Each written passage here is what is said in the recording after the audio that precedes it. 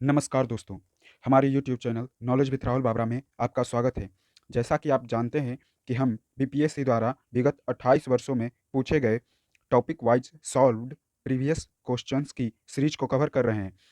हमने पिछले वीडियो में प्रश्न संख्या 30 से 40 तक के प्रश्नों को कवर किया था। इसी कड़ी को जारी रखते हुए हम आगे के प्रश्नों पे बढ़ते हैं।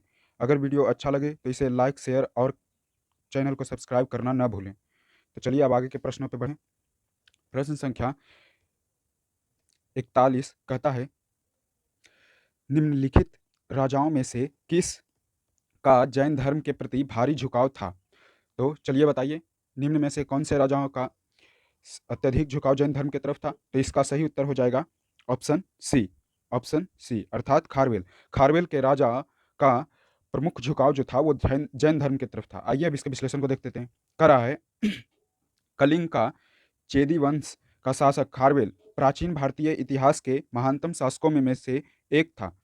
उड़ीसा प्रांत के भुवनेश्वर में 3 मील की दूरी पर स्थित उदयगिरी पहाड़ी की हाथी गुम्फा अभिलेख से उसका एक बिना तिथि का अभिलेख प्राप्त होता है। यह अभिलेख खारवेल का इतिहास जानने का एकमात्र स्रोत है। इसका जैन धर्म के प्रति झुकाव अत्यधिक था। हाथी गुम्फा अभिलेख प्राकृतिक भाषा में है। इस प्रकार चेदी वंश के शासक खारवेल का झुकाव जैन धर्म की तरफ था। अब आइए आगे के प्रश्नों पर बढ़ते हैं। प्रश्न संख्या 42 कह रहा है, कलिंग नरेश खारवेल का संबंध था। तो जैसा कि आपने पिछले प्रश्नों में देखा, तो चलिए बताइए इसका सही उत्तर होगा क्या होगा? कलिंग नरेश खारवेल का संबंध किस वंश से था? तो इसका सही उत्तर हो जाएगा ऑप्शन बी अर्थात चेदी वंश से। कलिंग नरेश खारवेल का संबंध चेदी वंश से था। आइए अब इसके विश्लेषण को देखते हैं। कह रहा है, कलिंग के चेदी राजवंश का संस्थापक महामेघवाहन नामक व्यक्ति था। अतः इस वंश का नाम महामेघवाहन वंश ही पड़ गया। इस वंश का सर्वाधिक शक्तिशाली शासक खारवेल हुआ। खारवेल इतिहास अध्ययन का एकमात्र साधन हाथी गुम्फा अभिलेख है। इस प्रकार खारवेल का संबंध चेदी वंश से था। अब आइए आगे के प्रश्नों पर बढ़ते हैं। प्रश्न संख्या 43 कहता है, प्राचीन भारत का नेपोलियन किसे कहा जाता था? तो चलिए बताइए, प्राचीन भारत का नेपोलियन किसे कहा जाता था? तो इसका सही उत्तर हो जाएगा ऑप्शन डी अर्थात समुद्रगुप्त को। प्राचीन भारत का नेपोलियन समुद्रगुप्त को कहा जाता था। आइए अब इसके विश्लेषण को देखते हैं। कह रहा है, इतिहासकार विंसेंट स्मिथ ने अपनी रचना अर्ली हिस्ट्री ऑफ इंडिया में समुद्रगुप्त को की वीरता एवं विजयों का से मुग्ध होकर उसे भारतीय नेपोलियन की संज्ञा दी। समुद्रगुप्त की विजयों का वर्णन प्रयाग प्रशस्ति अभिलेख में मिलता है। इसके लेखक हरिसेन हैं। इस प्रकार प्राचीन भारत का नेपोलियन समुद्रगुप्त को कहा जाता है। अब आइए आगे के प्रश्नों पर बढ़ते हैं। प्रश्न संख्या 44 कहता है, गुप्त सम्राट जिसने हूणों को पराजित किया था। तो चलिए बताइए वह कौन से गुप्त सम्राट थे जिन्होंने हूणों को पराजित किया था? तो इसका सही उत्तर हो जाएगा ऑप्शन डी अर्थात स्कंदगुप्त। स्कंदगुप्त वह गुप्त सम्राट थे जिन्होंने हूण को पराजित किया था। इस प्रकार इसका सही उत्तर हो जाएगा ऑप्शन सी। आइए अब आगे के प्रश्न में बढ़ते हैं। प्रश्न संख्या 45 कहता है, किस प्रकार की भूमि को अप्रहत कहा जाता था? तो चलिए बताइए किस प्रकार की भूमि को अप्रहत कहा जाता था? तो इसका सही उत्तर हो जाएगा ऑप्शन ए। ऑप्शन ए अर्थात बिना जोती हुई भूमि को अप्रहत कहा जाता था। आइए अब इसके विश्लेषण को देख लेते हैं। कह रहा है, बिना जोती हुई भूमि वह भूमि जिस पर खेती न की गई हो अप्रहत भूमि कहा जाता था। यह गुप्तकालीन राजस्व व्यवस्था का एक पद है। इस प्रकार बिना जोती हुई भूमि को अप्रहत कहा जाता था। आइए अब आगे के प्रश्न में बढ़ते हैं। प्रश्न संख्या 46 कहता है, चीनी यात्री सुंग युन ने भारत की यात्रा की थी। तो चलिए बताइए चीनी यात्री सुंग युन ने भारत की यात्रा किस ईस्वी से किस ईस्वी के बीच में की थी? तो चलिए बताइए इसका सही ऑप्शन क्या होगा? तो इसका सही उत्तर हो जाएगा ऑप्शन ए। ऑप्शन ए अर्थात 515 ईस्वी से 520 ईस्वी के बीच में चीनी यात्री सुंग युन ने भारत की यात्रा की थी। आइए अब इसके विश्लेषण को देखते हैं। कह रहा है, चीनी यात्री सुंग युन 518 ईस्वी में भारत आया। इसने अपने 3 वर्षों की यात्रा में बौद्ध धर्म की प्रतियां एकत्रित की थी। इस प्रकार चीनी यात्री सुंग युन का आगमन 515 ईस्वी से 520 ईस्वी के मध्य हुआ। आइए अब आगे के प्रश्न में बढ़ते हैं। प्रश्न संख्या 47 कहता है, हर्षवर्धन के शासनकाल में किस चीनी यात्री ने भारत की यात्रा की थी? तो चलिए बताइए, हर्षवर्धन के समय शासनकाल में किस चीनी यात्री ने भारत की यात्रा की थी? तो इसका सही उत्तर हो जाएगा ऑप्शन बी। ऑप्शन बी अर्थात हुएन सांग।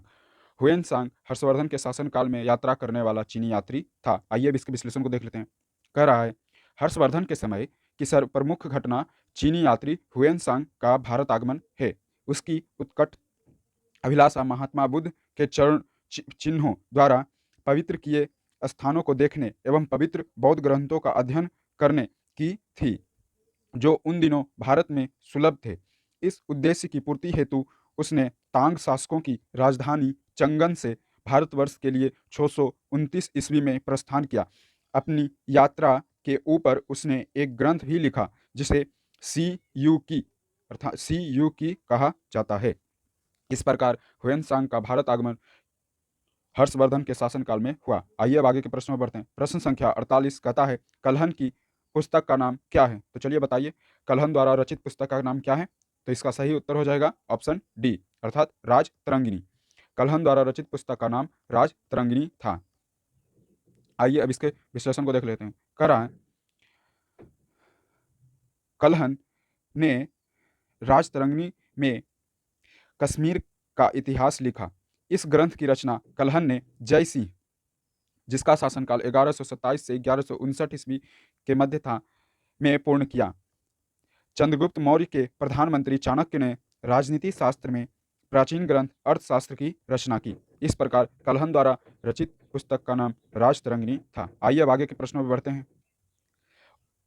प्रश्न संख्या 49 कह रहा है, उदंतपुर शिक्षा केंद्र निम्नलिखित में से किस राज्य में अवस्थित था? तो चलिए बताइए, उदंतपुर शिक्षा केंद्र किस राज्य में स्थित था?